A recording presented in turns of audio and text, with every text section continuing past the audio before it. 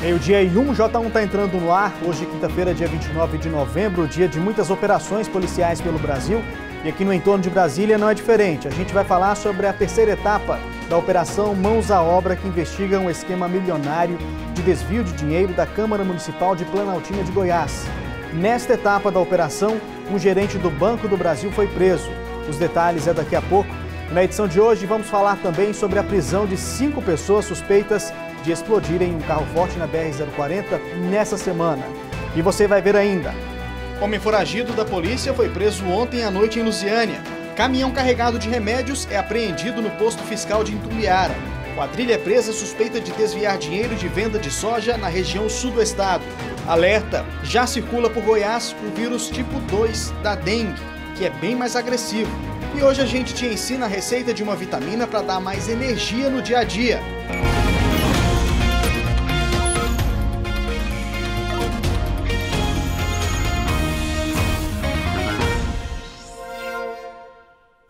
Ótima tarde para você. O gerente do Banco do Brasil de Formosa foi preso hoje pela manhã em mais uma fase da operação que investiga um desvio milionário na Câmara de Vereadores da cidade, de Planaltina de Goiás.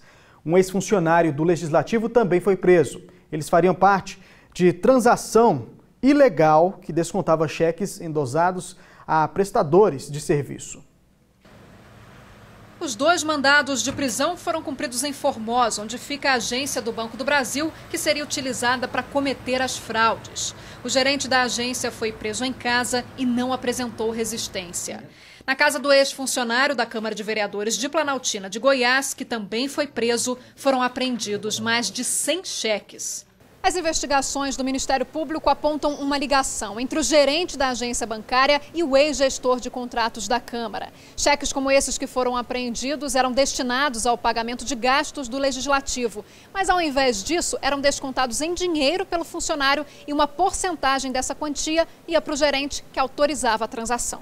Após a investigação a respeito das fraudes nos procedimentos licitatórios, o Ministério Público visa agora tentar recuperar o que foi desviado, o dinheiro que foi desviado. Esta é a terceira fase da operação que no início de novembro prendeu o então prefeito de Planaltina de Goiás, o pastor André.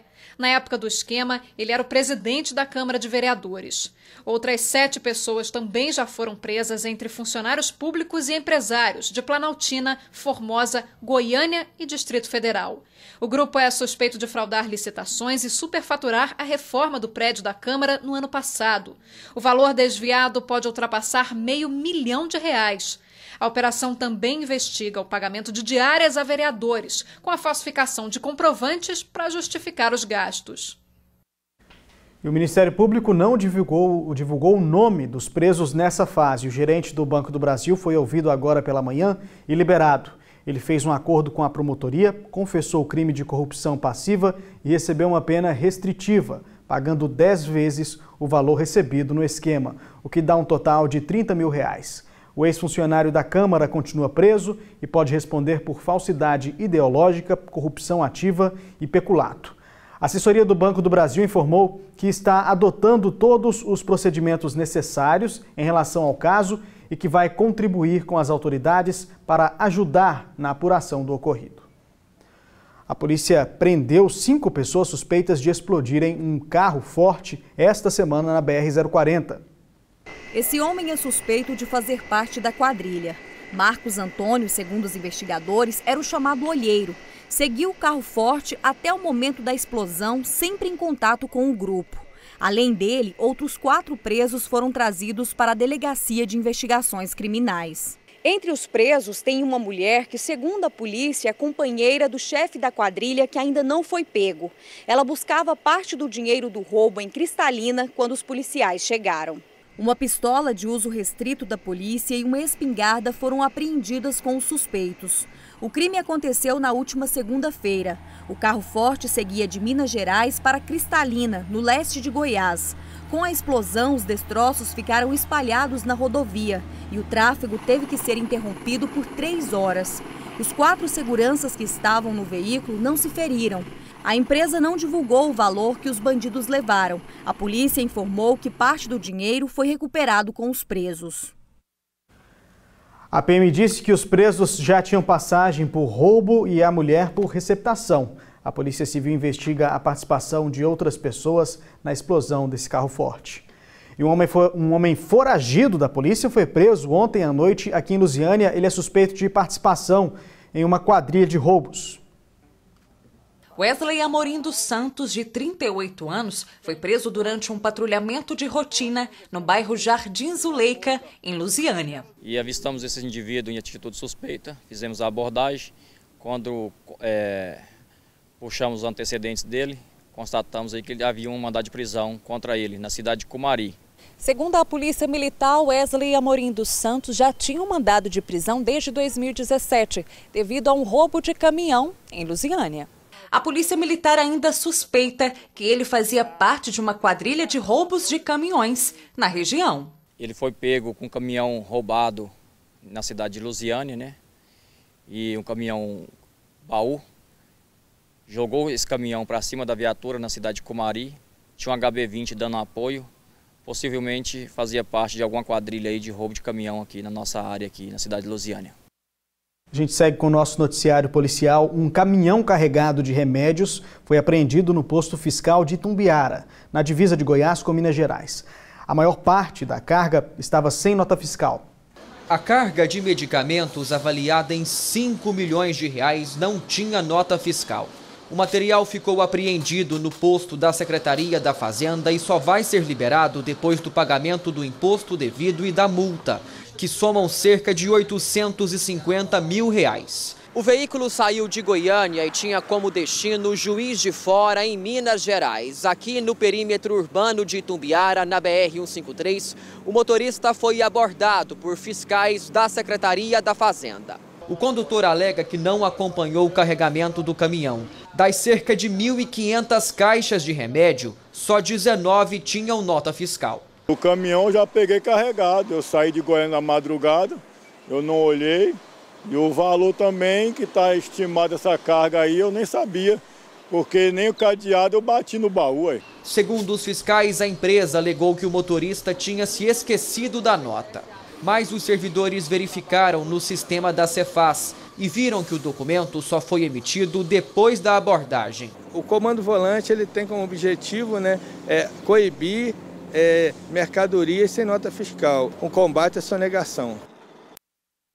A carga de remédio continua apreendida. Um representante da empresa esteve no posto fiscal e entregou uma nota informando que a mercadoria seria entregue numa pequena farmácia. Os agentes da Cefaz desconfiaram e agora o caso vai ser investigado pela Polícia Civil, que vai tentar descobrir a origem e a destinação desses medicamentos.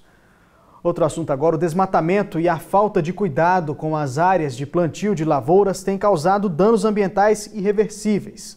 Fazendas próximas ao Rio Verdinho, em Serranópolis, estão nessa situação. Uma equipe da Delegacia Estadual de Meio Ambiente foi até o local para fiscalizar e nossa equipe acompanhou tudo de perto. É na área da lavoura de soja onde começa o problema. O solo começou a ceder com o acúmulo de água da chuva, que abriu várias crateras no meio da plantação. Até as barreiras de terra construídas para conter o volume de água já romperam. A fazenda fica em Serranópolis, no sudoeste do estado, e foi alvo de denúncia à Delegacia Estadual de Repressão a Crimes contra o Meio Ambiente. De acordo com a polícia, o desmatamento para o plantio de grãos provocou erosões na área. Essa cratera, com mais de 10 quilômetros de extensão, só termina no Rio Verdinho, um dos principais rios da região. Além do impacto visual, porque só de olhar a gente consegue imaginar a força da enxurrada que passou por aqui, o mais preocupante são os impactos ambientais, como, por exemplo, a degradação do solo e da mata. Como a gente pode ver aqui, várias árvores foram arrancadas. A imagem é impressionante. No meio da mata, a enxurrada abriu um buraco que, em alguns pontos, chega a quase 10 metros de profundidade. Em outros, a quantidade de terra foi tanta que enterrou árvores. O dono da fazenda não quis gravar a entrevista, mas disse que arrendou a área da lavoura há 4 anos. Agora, ele terá que cumprir um plano de recuperação dos danos ambientais. O que a polícia tem que fazer agora? Corrigir os erros, exigir um plano para recuperação, para mitigar essa área, porque não tem como recuperar. E uma quadrilha foi presa suspeita de desviar o dinheiro da venda de soja de produtores rurais da região sul do estado. O grupo, que faz parte de uma empresa de transportes e armazenamento de grãos de Vicentinópolis, vendia as cargas sem autorização dos donos. Sebastião Luiz Oliveira Júnior, Vera Lúcia Oliveira, Wesley dos Santos, Hugo César Camilo de Souza e Dalário Alves Silva foram presos durante uma operação da Polícia Civil. O grupo, formado por sócios e funcionários de uma empresa, é investigado por apropriação indébita, estelionato e associação criminosa. Os mandados de prisão foram cumpridos em Vicentinópolis, Joviânia e Goiânia. De acordo com as investigações, em 2016, o grupo que era responsável pelo transporte de grãos teria desviado cargas, falsificado notas e vendido sacas de sojas para outros compradores. Além disso, o grupo que também era responsável pelo armazenamento de grãos teria comercializado sacas de soja sem autorização dos produtores rurais e se apropriado do valor com essas vendas. Segundo a polícia, o esquema desviou mais de 1.200 toneladas de soja, um prejuízo de mais de 20 milhões de reais a produtores rurais da região. Quando os produtores procuraram os proprietários, eles receberam a informação de que não havia mais grãos e também não havia dinheiro para pagar os contratos de compra e venda que eles haviam realizado. Então, num curto período de tempo, eles fizeram essa negociação e desapareceram com o dinheiro das vítimas.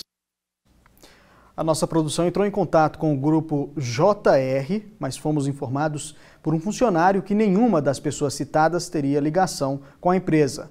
Nós não conseguimos contato com a defesa dos suspeitos presos.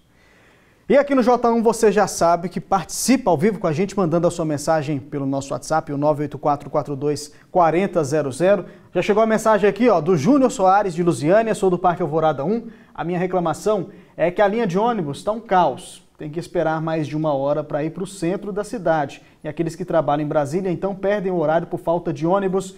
Valeu pela mensagem, Júnior. Aí a bronca dele em relação à falta de ônibus aqui em Lusiânia. Tatiane Luiz, de Lusiânia, ela faz uma pergunta, né? Qual o motivo da Secretaria de Limpeza Urbana retirar os poucos contêineres que tinham na cidade? Alguns dos lixos não são levados pelos garis. Muitos moradores saem de outros bairros para jogar lixo nos terrenos baldios.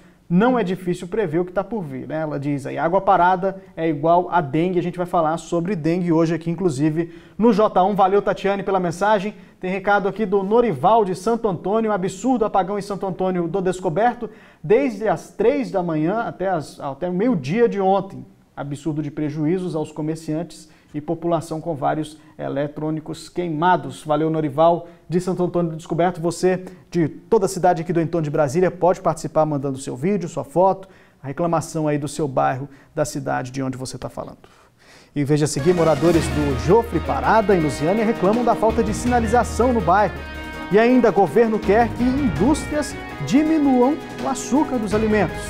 No dia 14, a gente volta daqui a pouco.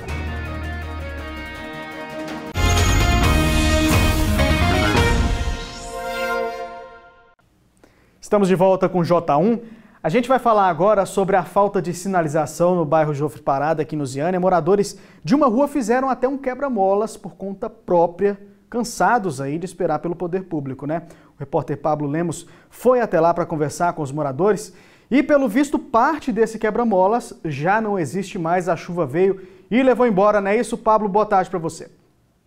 Pois é, Anderson, somente a metade do quebra-mola. Esse quebra-mola foram os próprios moradores que construíram, cansados de esperar que a prefeitura resolva, que faça alguma coisa, eles mesmos construíram. Mas a chuva veio e levou parte desse quebra-mola, como a gente vai ver aí nas imagens, olha só, tem a placa aí sinalizando, mas esse quebra-mola está aí dessa maneira. Embora essa rua seja uma rua mais pacata, mais tranquila, os moradores vem acidentes acontecendo aqui. Eu vou conversar com o Jackson agora, que ele me disse que recentemente teve um acidente aqui, né, Jackson? Conta pra gente.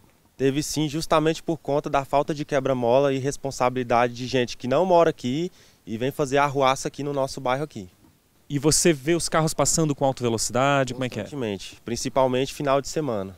O que a prefeitura já disse para vocês sobre isso? Com a barriga, né? Chega lá, fala que vai mandar uma equipe aqui, mas nunca manda. Vocês ainda não viram nenhuma equipe aqui? Nunca. Enrolação total. Fala o que o senhor acha dessa situação, seu Juvenal, do asfalto aqui, mas que tem a falta do quebra-mola comprometendo a vida das pessoas? Não, o quebra-mola aqui é uma coisa mais necessária, né? Que tem. Porque aqui está descendo muita gente fora de horas. Eu sou o primeiro morador do bairro. Desse bairro que eu sou o primeiro morador. Depois foi Jovem, depois veio Joaninha, né? Eu sou o primeiro de todos. Eu tenho 36 anos para 38 anos aqui dentro. Entendeu? Aí depois... Eu fui funcionário da prefeitura há muitos anos, já passei por vários prefeitos. A senhora também mora aqui, passa sempre por aqui, como é que é? É a lama, sobre a falta de segurança que tem aqui. Então tá dificuldade, assim, muita dificuldade para a gente chegar aqui, né? Muita sujeira, muito barro, para ele sair a situação dele, muito difícil, né? Os irmãos dele, as irmãs, tudo de cadeira de roda, andar já, ninguém vem visitar ele, porque ó a situação para chegar. Então precisam... Precisa do asfalto, e não só o asfalto, mas também o quebra-mola também para colocar a segurança de todo mundo. Mola, segurança que a gente estava falando, né? Segurança que está muito pouco, para todo lado, né? A falta de segurança está muito. Então, um pouco quebra-mola, dificulta mais o povo a andar mais devagar, né? E a gente precisa muito do asfalto aqui para ele, porque é a situação deles, né? Os irmãos, as irmãs não podem nem visitar, que está tudo igual ele, né? De andar já, muleta. Então, ele fica aí um pouco assim abandonado, porque os irmãos não vêm, que não tem como chegar aqui. Muito obrigado, dona Laudete, por ter falado com a gente. Bom, fica aí o clamor dos moradores. Eles querem que a prefeitura realmente coloque um quebra-mola ali, onde tem apenas a metade, mas não somente ali, como em outras partes da rua, tendo em vista, olha só, o tamanho dessa rua, dessa ladeira aqui, realmente fica colocando em risco a vida de todos eles. E também com relação à segurança, eles têm se sentido inseguros, Anderson. Vamos ver o que a prefeitura tem a dizer sobre isso. Obrigado. E olha só, a Ditu informou por telefone que tem um projeto de sinalização para toda a cidade de Lusiânia, inclusive o bairro que a gente acabou de mostrar aí na reportagem. A implantação desse projeto deve acontecer apenas no ano que vem. Então a gente pede ao motorista para redobrar a atenção nesses lugares onde faltam, infelizmente, a sinalização. E foi enterrado o corpo do ciclista que morreu ao ser atropelado por um motorista bêbado, enquanto pedalava com amigos na rodovia que liga Trindade à Abadia de Goiás. Na saída do cemitério, companheiros de ciclismo fizeram uma última homenagem a Rivaldo Gomes Moraes, de 53 anos. Rivaldo pedalava com um grupo de 40 ciclistas na terça-feira à noite, na GO 469, quando foi atropelado por um carro. O motorista teria tentado uma ultrapassagem em local proibido e atingiu Rivaldo e outros 2 colegas que ficaram feridos. O motorista Leandro Mendes de Araújo, de 28 anos, fugiu do local, mas foi preso pela Polícia Militar de Trindade. O teste do bafômetro apontou que ele estava bêbado. E o motorista vai responder pelos crimes de homicídio, por não prestar socorro à vítima e por estar embriagado. Outro assunto agora: começa hoje o programa de negociação tributária da Secretaria da Fazenda do Estado. Quem tem mais informações é a repórter Camila Castro. Boa tarde, Camila. Olá, Anderson, muito boa tarde para você, boa tarde a todos. Pois é, esse programa já começou hoje pela manhã e foi montada aqui uma força-tarefa na Cefaz justamente para atender a população que precisa ir fazer essa negociação. E para falar um pouco mais sobre isso, eu converso agora com o delegado Carlos Antônio Correia. Doutor, muito obrigada pela sua participação. Bom, então vamos começar explicando para o pessoal de casa como é que faz para fazer essa negociação? Essa negociação pode ser feita aqui na Delegacia Fiscal. Os contribuintes que têm débito com a Secretaria até 31 de agosto desse ano podem procurar a delegacia ou o site. Eles terão um desconto de 98% na multa. O imposto dessa negociação é o ICMS e o ITCD. Quem que pode estar fazendo essa negociação, delegado? Tanto a pessoa física quanto o contribuinte, eles podem entrar diretamente no site da Secretaria da Fazenda ou vir aqui na Delegacia Fiscal, que serão atendidos e realizadas as negociações. Agora, é uma oportunidade boa, né, para quem está em débito. Qual que é a importância da pessoa estar regularizando a sua situação? Ela fica apta a negociar com o Estado, ela sai da dívida ativa, ela evita o protesto no cartório, evita a execução fiscal. E essa é uma oportunidade única, porque tem uma redução de 98% na multa e nos juros. E já existe nacionalmente uma ideia de proibição desses refases no futuro. Agora, delegado, foi colocado aqui à disposição vários funcionários. Quem está em casa pode ficar despreocupado que vai conseguir ser atendido, né? Porque muita gente fica com aquele pensamento, já que é negociação, vai ter um tumulto. Mas não, né? Vai dar conta de atender todo mundo aqui? Não, sim. Aqui nós estamos bem preparados. Todos os motivos nós resolvemos. Então nós não temos nenhuma dificuldade em atender todo o pessoal que estiver vindo aqui. E o prazo é curto, né, doutor? Vai só até o dia 10 de dezembro, não é isso? É, praticamente só uma semana para essa negociação. Então é importante o pessoal vir o quanto antes para não deixar para a última hora. Porque acaba tendo aquelas falhas de sistema, né? Portanto, é bom vir antes mesmo, né? Justamente, porque no último minuto às vezes o pessoal chega e não dá tempo de atender. Tá certo, doutor. Muito obrigado pela sua participação. Tá aí, então, as informações do delegado Carlos Antônio Correia. Bom, como ele frisou, é bom não deixar para a última hora. Anderson, eu volto com você. Obrigado, Camila. E olha só, outro assunto agora. Com tantos casos de diabetes e outras doenças relacionadas ao alto teor de açúcar, o governo decidiu assinar um acordo com a indústria de alimentos para reduzir o consumo de açúcar nos produtos. Isso quer dizer que aquele biscoito que você gosta vai vir 60% a menos de açúcar. E, gente, e o consumidor? O que será que ele achou desse acordo? 90 anos, nunca deixei de comer doce. Então a senhora não gostou dessa medida não, né? Eu como a hora que eu quero. Eu achei bom essa melhora deles, porque às vezes a gente vai comendo sem saber. Tem que ter uma consciência hoje que, queira ou não, esses alimentos são sempre prejudiciais, né? É, pessoal, gostando ou não, pela Organização Mundial da Saúde, cada pessoa deve consumir de açúcar o equivalente a 10% do total de calorias diárias. Ou seja, não deve passar de 50 gramas por dia. Ah, mas cá entre nós, estamos longe, muito longe dessa expectativa. Nós, brasileiros, consumimos cerca de 80 gramas de açúcar diariamente, o mesmo que 18 colheres de chá. E olha aí o perigo, 64% desse consumo somos nós mesmos que colocamos nos alimentos, enquanto que 36% já vem embutidos nos industrializados. E sabe o que o excesso de açúcar pode causar no nosso organismo? Predispõe ao surgimento de doenças, como por exemplo, o diabetes mellitus tipo 2, a obesidade e até mesmo o câncer. A intenção é melhorar a saúde do brasileiro. O acordo foi firmado entre o governo e a indústria de alimentos essa semana. O objetivo é diminuir 144 mil toneladas de açúcar do nosso dia a dia até 2022. O acordo prevê a redução do açúcar em 5 categorias de alimentos: bebidas açucaradas, produtos lácteos, biscoitos, achocolatados e bolos e misturas. Ai, gente, será que isso vai dar certo, hein? É só questão de costume. Pouco tempo que você ingira a substância sem açúcar, você vai acostumar e depois não consegue comer mais com muito açúcar. Tem que cuidar da saúde, né? Hora de mais uma rodada de participações aqui com a gente pelo nosso WhatsApp 984424000. Josimar de Lusiânia, moro no Jardim Zuleika. Aqui na minha rua tem um lote baldio que está trazendo transtorno. Gostaria que cobrassem providências da prefeitura para vir limpar esses lotes. Valeu, Josimar, pela mensagem. Josimar aqui de Lusiânia mandando recado em relação a esse lote baldio perto da casa dele.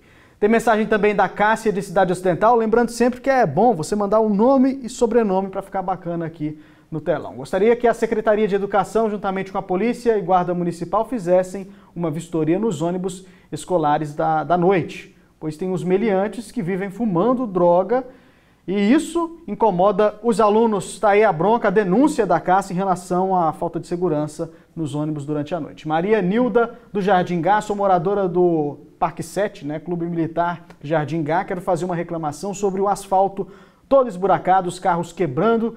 Então eu pergunto, cadê o administrador do Jardim Gá? O problema sério em relação a asfalto esburacado. A gente percebe que em praticamente todas as ruas aqui da região a gente encontra a situação parecida com essa que a moradora acabou de reclamar. Você pode continuar mandando a sua participação para a gente pelo 984424000 e a seguir aumenta o número de voos internacionais no aeroporto JK em Brasília.